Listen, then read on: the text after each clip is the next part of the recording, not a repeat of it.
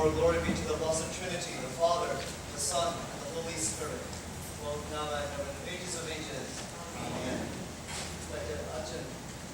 Dear parents, brothers and sisters, dear children in Christ, Christ is risen.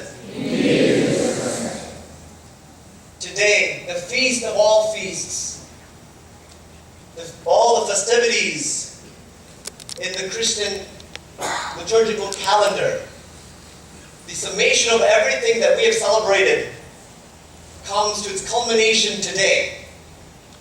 Death is destroyed. Suffering is destroyed, that which came from sin. Death is transformed now into a passageway. Our physical death, we do not have to fear anymore.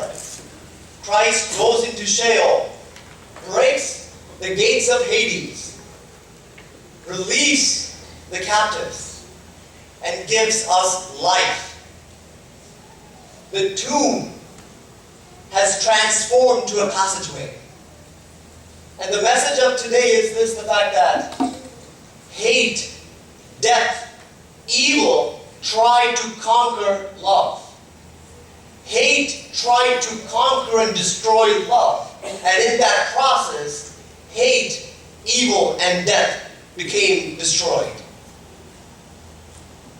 Death is transformed into life now. And now we see in the gospel message that many were flocking towards the tomb. Many were running towards the tomb to see where is Jesus? Where is his body? And we know what the angel says. Why do you seek the living among the dead? Why do you seek the living among the dead? We know the gospel message that was read today. The angel directs them saying that Jesus is not here anymore. He has gone to Galilee. Go there. The question that we ought to ask today, living in 2014, living in Chicago, is to ask the question, where has Christ risen today? Where has he gone? Where has Christ gone today? If we believe that he is risen, where has he gone? We would all run to the tombs. We will not find him there. We will all run to the cross. We will not find him there. Where is he? Where is he risen? The reason why the tomb is empty, the reason why the cross is empty, the reason why Christ went through suffering, went through death, is so that he may destroy death and be risen, none other than right here.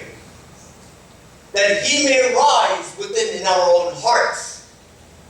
We have been preparing for the past 50 days our hearts, purifying our hearts, emptying our hearts of evil, emptying our hearts with hatred, emptying our hearts of darkness, so that Christ, when he breaks and destroys death, breaks the power of death, that he may rise within in our hearts. And because Christ rises within our hearts are filled with love. Because God is love. God who is love. We know what love is because God is love. We know what it's like to love our neighbor because God has loved us. And God is risen in our hearts. But are we still running to the tombs?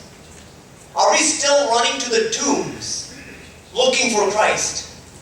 If we are still running to the tombs looking for Christ, I guarantee you, you will not find him there.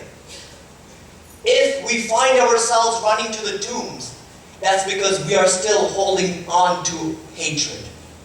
That's because we are still holding on to sin. That's because we are still holding on to evil.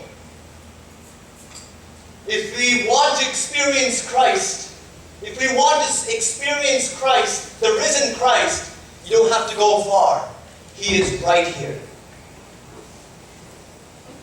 Christ is risen in our hearts today. And it's important for us to realize this, that when we leave here from today, from this church, we ought to live our lives in such a way that even without saying with our mouths that Christ is risen, that people who you interact with will know that Christ is risen. Yes, we proclaim with our tongue, Christ is risen. But do we proclaim it with our life? Do we proclaim it with how we think, how we interact with our loved ones, how we interact with each other? If not, Christ is not risen in our hearts. Our hearts remain as the tomb. Our hearts remain as a tomb filled with sin and hatred.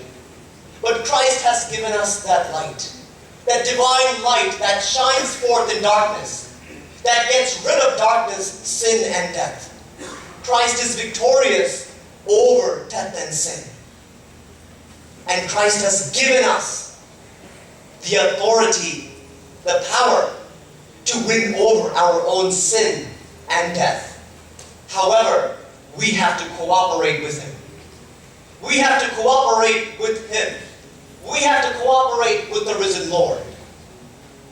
If we keep on going back to the same lifestyle that we led for this past years, then Christ will not rise within us. When we go back to our homes, when we go back to our workplaces, when we go back to our schools, when we go back to our normal lifestyles, our daily lifestyle, ask ourselves, are we going to interact in such a way that we proclaim the message that Christ is risen through our life? If Christ is risen in our hearts, love will be filled within our hearts. When love is filled in our hearts, peace will be filled in our hearts. Peace not only fills in our hearts, it overflows to everyone around you.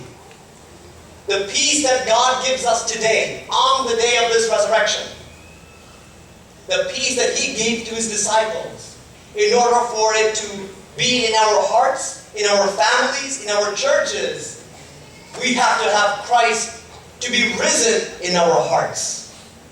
Peace, love, joy, these three elements that we embrace from God today, that we receive from God today, let us leave with Christ in our hearts today. This is the message of the resurrection. We know, as I mentioned in the Good Holy Friday service, what makes sense, all the suffering and death of Christ makes sense only when we read the Song of Solomon. And the verse that I chose to reflect on Holy Friday was that the banner over me was love. Dear brothers and sisters in Christ, that banner is none other than the cross. The cross represents, which once represented suffering and death, now represents Christ and His love. That is the banner that we hold on to.